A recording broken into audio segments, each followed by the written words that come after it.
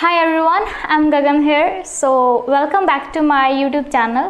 सो राजे अज आप गल करांगे कि राइटिंग टास्क 2 दे विच आप इंट्रोडक्शन किद्दां लिख सकते हैं। ठीक है, उहदे विच आप थीसिस लाइन किद्दां ऐड कर सकते हैं, किद्दां आप आउटलाइनस लाइन लिख सकते हैं। ठीक है, okay, so let's move to the screen.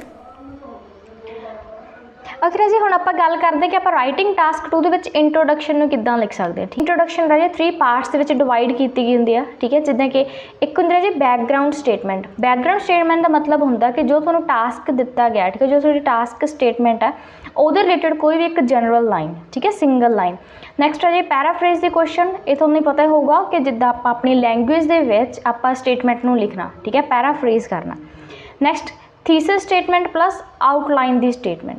Thesis statement होंदे राजे आपां अपना पॉइंट ऑफ व्यू दसना, आपां अपना ओपीनियन दसना कि आपां किस व्यू दे नाल एग्री करते हैं, किस व्यू दे नाल डिसएग्री करते हैं। ठीक है, आउटलाइन दी स्टेटमेंट मीनस जो भी तुसीं अगे बॉडी पैराग्राफ्स दे विच गल करनी है उहदे रिलेटेड कोई 1 और 2 सेंटेंसिस आपां इंट्रो दे विच लिखने। ठीक है, हुण देखो राजे इहदे विच कहंदा अपने कोल जिहड़ी बैकग्राउंड स्टेटमेंट हुंदी आ प्लस आउटलाइन स्टेटमेंट हुंदी है, ये दोनों की हुंदियां ने राजे ऑप्शनल हुंदियां। ठीक है, जदों कि अपने कोल paraphrase the question plus thesis statement ये दोनों अपने को मस्ट होंगी है कि अपन जरूरी लिखनिया ही पैंदियां। राजे हुण आपां देखते हैं कि आप एक प्रॉपर इंट्रोडक्शन किद्दां पैराफ्रेज करके किद्दां थीसिस लाइन्स ऐड करनी है। ठीक है, देखो अपने को राजे स्टेटमेंट की है, some people think that we should divide students based on their academic ability. कुछ लोग कहते हैं कि अपन स्टूडेंट्स नूं उन्हां दी एबिलिटी ते अकैडमिक एबिलिटी के बेस्ड के उपर उन्होंने क्या डिवाइड कर देना चाहिए।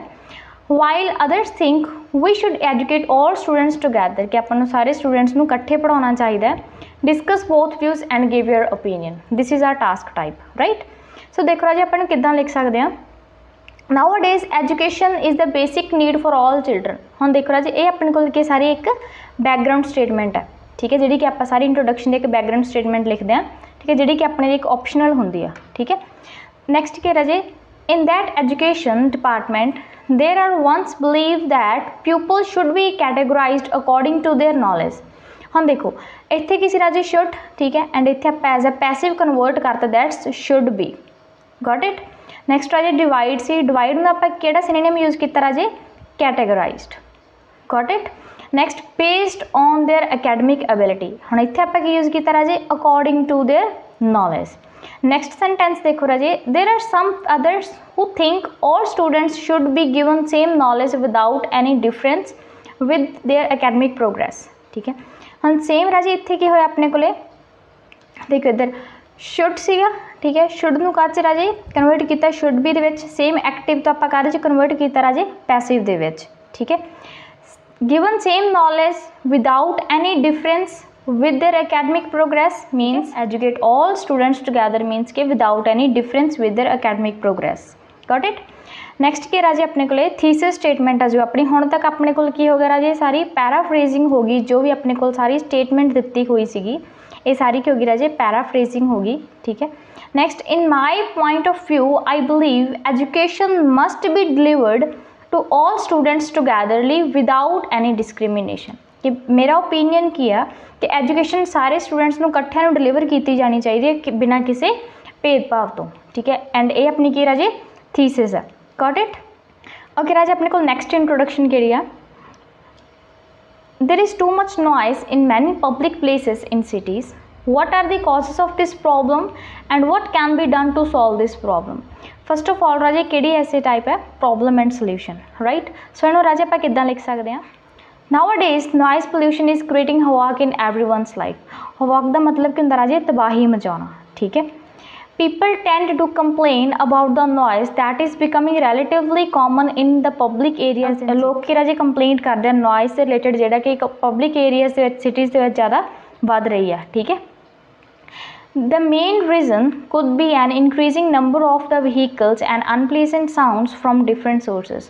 so ਇਹਦਾ मेन रीजन की है, मेन कॉज की है राजे कि दिन ब दिन व्हीकल्स के बढ़ रहे हैं। ठीक है, जहाँ जो होर साउंड्स है, ठीक है, डिफरेंट सोर्सेस तो के बढ़ रहे हैं।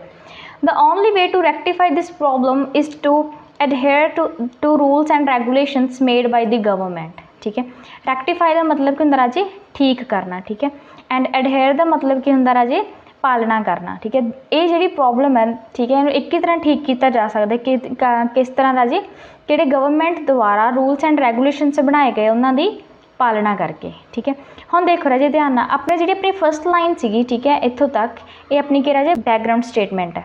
ठीक है, नैक्सट राजे अपनी क्या पैराफ्रेजिंग की है। ठीक है, एंड आप एक मेन रीजन भी दसे कि रीजन की है, एंड आप राजे छोड़ के आप सल्यूशन भी दसे कि किदा ठीक किया जा सकता। ठीक है, तो ये सारे ये लास्ट से आप राजे ये आउटलाइनस दसे कि आप किदा लिख सकते, जो आप अगे पैराग्राफ के कोई प्रॉब्लम जो सल्यूशन लिखनी है वो एक आप इतने रीजन दसता एंड एक ही नाल उहदा सल्यूशन दसता। ठीक है, सो एक परफेक्ट वे हुंदा, ठीक है, इंट्रोडक्शन नूं लिखण दा।